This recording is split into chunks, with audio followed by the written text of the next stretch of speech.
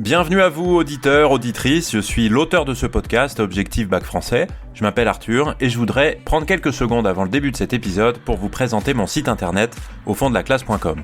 Vous pourrez y retrouver des conseils de méthode et d'organisation, des choses simples, efficaces pour être prête le jour J. Des cours aussi sur les œuvres au programme qui correspondent aux épisodes de ce podcast. Vous trouverez le lien dans la bio du podcast et des épisodes, aufonddelaclasse.com. Merci beaucoup et à très bientôt. Ciao, ciao.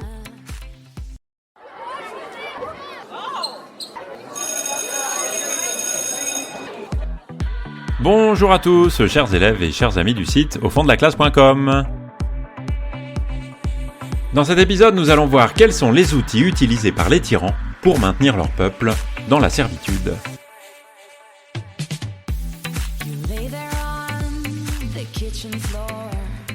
Alors dans cet épisode, on va s'intéresser à un passage du discours de la servitude volontaire où la Boétie change un peu de registre par rapport à ce qu'on avait vu jusqu'ici, un passage qui est plus satirique, plus ironique, parfois franchement comique. La Boétie examine comment les tyrans entretiennent activement l'état de soumission, de servitude de leur sujet, et la Boétie dresse un véritable catalogue de leurs ruses. Il pose d'emblée un principe qui organise tout ce passage, et on peut le résumer par cette phrase. Le tyran ne croit jamais sa puissance assurée s'il n'est pas parvenu au point de n'avoir pour sujet que des hommes sans valeur. C'est une formule qui dit beaucoup de choses en peu de mots. Ce que le tyran redoute par-dessus tout, ça n'est pas une armée ennemie, ça n'est pas une révolte armée, c'est un peuple qui pense et qui se souvient. Parce qu'un peuple qui pense, c'est un peuple qui peut désirer la liberté. Et un peuple qui se souvient, c'est un peuple qui sait ce qu'il a perdu. Et la stratégie du tyran, elle est donc assez logique. C'est détruire les conditions même du désir de liberté. C'est-à-dire abrutir, faire des sujets, des brutes, avant d'opprimer. Et c'est exactement ce que confirme le catalogue qui suit, puisque la Boétie dresse un véritable inventaire de ce qu'il appelle les appâts de la servitude.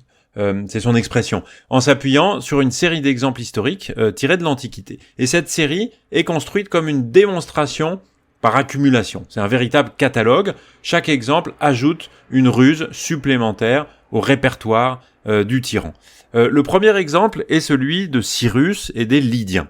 Après que les habitants de Sardes se sont révoltés, aurait pu les écraser militairement, mais il a choisi autre chose.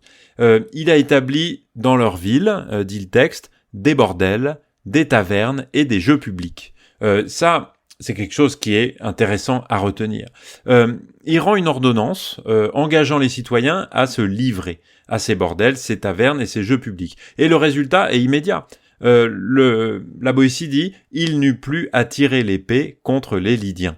Ces gens, dit la Boétie, se sont amusés à inventer toutes sortes de jeux, si bien que les Latins en tirèrent leur mot pour désigner les passe-temps, ludi, les jeux, comme s'ils voulaient dire lydier, en lien avec les Lydiens. Alors, c'est une idée qui est redoutable dans sa simplicité. La domination la plus efficace, ça n'est pas celle de celui qui opprime, c'est celle de celui qui distrait. On n'a pas besoin de garde ni de soldats si le peuple est occupé à ses plaisirs. Et Cyrus, selon la Boétie, l'a compris avant tout le monde.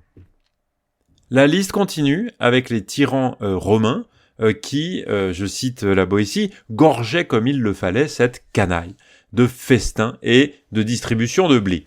Et là, le mot canaille mérite aussi un petit peu qu'on s'y arrête, parce que c'est le mépris de la Boétie pour ceux qui vendent leur liberté contre la soupe, comme on dit aujourd'hui. Il écrit ailleurs, avec une ironie qui est d'ailleurs cinglante, que le plus instruit d'entre eux n'eût pas quitté son écuelle de soupe pour recouvrer la liberté de la République de Platon. Les gens criaient « Vive le roi !» et ne s'apercevaient pas, dit-il, que, en recevant ces largesses, ils ne faisaient que recouvrer une partie du leur, c'est-à-dire ce que le tyran leur avait déjà pris. Les rois d'Assyrie, eux, choisissent la stratégie inverse. Ils paraissaient en public le plus rarement possible, dit le texte, pour entretenir autour d'eux une espèce de mystère inquiétant qui laisse le peuple dans la révérence envers un maître qu'on n'a jamais vu. Et les rois d'Égypte se masquaient et jouaient au battleur, apparaissant devant le public avec des attributs étranges, une branche, du feu sur la tête, pour inspirer admiration et respect. Et Pyrrhus, roi d'Épire, passait pour guérir les malades de la rate grâce à son gros orteil. Un conte évidemment merveilleux auquel le peuple croyait fermement. Donc là, la Boétie glisse une observation qui est cruelle en disant « Le peuple a toujours ainsi fabriqué lui-même les mensonges pour y ajouter ensuite une foi stupide. » Donc le peuple ne subit pas seulement la mystification dont l'instigateur est bien sûr le tyran, il en est complice. Il invente les légendes qu'il enchaîne, et puis il y croit de toute son âme. C'est le prolongement exact de ce qu'on avait vu avec la servitude volontaire. Au début, la tyrannie ne tient pas par la force extérieure, elle tient par l'adhésion intérieure. Et donc, même les artifices qui sont créés par les tyrans, se faire très discret pour s'entourer d'une espèce de mystère, d'aura un peu extraordinaire, eh bien, ça crée chez le peuple l'envie de créer des histoires. Et ces histoires-là, évidemment, à qui profitent-elles, sinon aux tyrans? Dans un passage qui suit, toujours dans cette même section du discours, la Boétie se tourne vers les symboles de la monarchie française. Et là, évidemment, c'est plus délicat, parce que il s'agit pas de quelque chose d'antique, il s'agit pas de quelque chose d'éloigné. On n'est ni éloigné dans le temps, ni dans l'espace, mais en France. Et on parle donc du pouvoir royal. Les symboles de la monarchie française sont les crapauds, la fleur de lys, la sainte ampoule, l'oriflamme, le drapeau, ces grands mythes fondateurs de la royauté.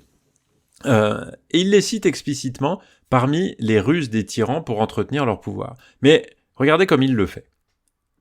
Nos tyrans, à nous, semèrent aussi en France je ne sais trop quoi, des crapauds, des fleurs de lys, l'ampoule, l'oriflamme, toutes choses qui, pour ma part, et quoi qu'il en soit, je ne veux pas croire, n'être que des balivernes.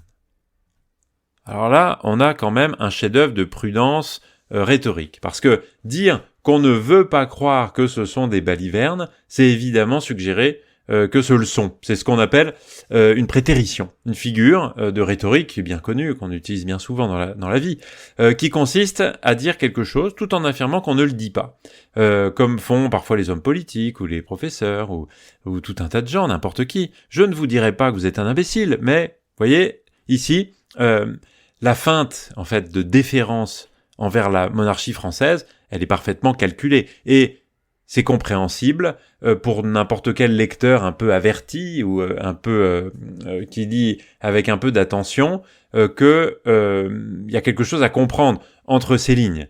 Et c'est précisément ce que des lecteurs comme ceux à qui s'adresse directement la Boétie, c'est-à-dire les magistrats, les lettrés de Bordeaux, sont capables de comprendre. Et la prétérition, elle permet à la Boétie de tout dire sans rien dire formellement. C'est un peu la rhétorique au service de la survie.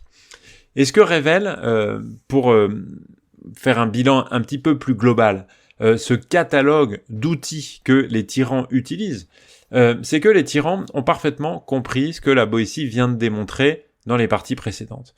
La servitude repose sur l'ignorance et l'oubli. Et leur stratégie vise toutes le même but, empêcher les sujets de penser, de se souvenir et de désirer la liberté. Les divertissements occupent le temps, les festins corrompent les corps, la religion et le mystère mystifient l'esprit, et ensemble, tout ça forme un système cohérent dont la Boétie récapitule la logique dans une formule qui clôt cette section. Les tyrans se sont efforcés d'habituer le peuple, non seulement à l'obéissance et à la servitude, mais encore à leur dévotion. Et ici, le mot dévotion, vous voyez, c'est le dernier degré de la dégradation, et la Boétie le sait parfaitement, et c'est pour cette raison qu'il le choisit. La dévotion, c'est l'amour religieux, c'est l'attachement fervent. Et le peuple ne subit plus la tyrannie, il ne la tolère plus, il l'aime, il lui voue même un culte. La servitude volontaire, elle est donc accomplie dans sa forme la plus parfaite et aussi la plus effrayante. Elle est plus contrainte, elle n'est même plus une habitude inconsciente, elle est une adhésion enthousiaste. Et c'est là évidemment que la défense et l'entretien de la liberté, pour revenir à notre parcours, deviennent les plus difficiles, parce que on ne libère pas quelqu'un qui ne veut pas être libéré. Voilà. En tout cas, ce que je souhaitais partager avec vous sur les outils des tyrans dans le discours de la servitude volontaire de la Boétie. Vous pouvez retrouver un grand nombre de choses sur le site internet aufonddelaclasse.com. Je vous dis merci beaucoup de m'avoir écouté et à très bientôt. Ciao, ciao. You lay there on the kitchen floor.